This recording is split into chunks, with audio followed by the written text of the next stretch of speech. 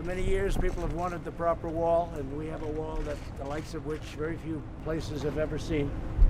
And I want to thank all of the people, General Semonite from the Army Corps of Engineers. We're working very closely with them. I want to thank Kevin and all of your staff, because what they've done is beyond. And I wanted to show you some of the details of the wall. You can see a pretty good view.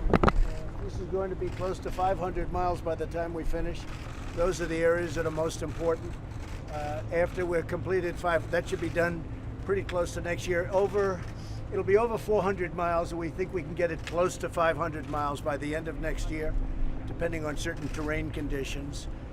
But we're doing all of the most important areas. We have a lot of natural barriers like mountains and streams and rivers, and some pretty vicious and violent rivers actually. But it's an amazing project, and I think what I'd like you to do is if you could explain the interior of these pipes. The wall is 30 feet high. We also have 18-foot wall. We have a combination of 30 feet and 18, depending on the area, depending on the importance. Tijuana is right over here. There are thousands of people over there that had been trying to get in. Tremendous cooperation from Mexico, and the president of Mexico has been fantastic. All of Mexico has been fantastic.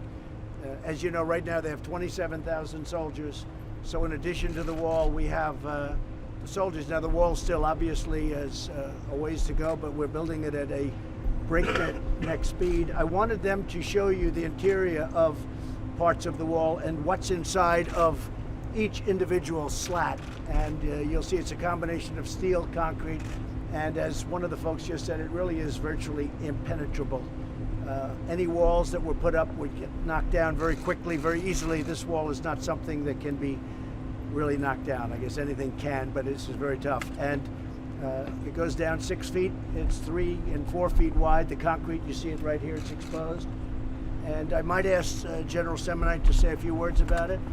And I'd like to bring them right up, look at the inner tube to see what happens, because after the wall is up, we pour concrete, and concrete goes into the tube. And in addition to that, we have rebar.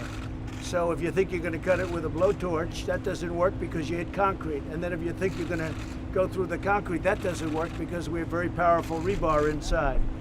So it's a very powerful wall, the likes of which probably to this extent has not been built before. This is an area, because it's so highly trafficked, this was one of the most dangerous areas. We have a double wall. We have a wall on both sides. One is 18 feet. That's your border, and the other one is 30 feet. And everybody, if they should be able to make that, this is where people are waiting for them. It's a very powerful situation. So, General, maybe you could take over for a couple of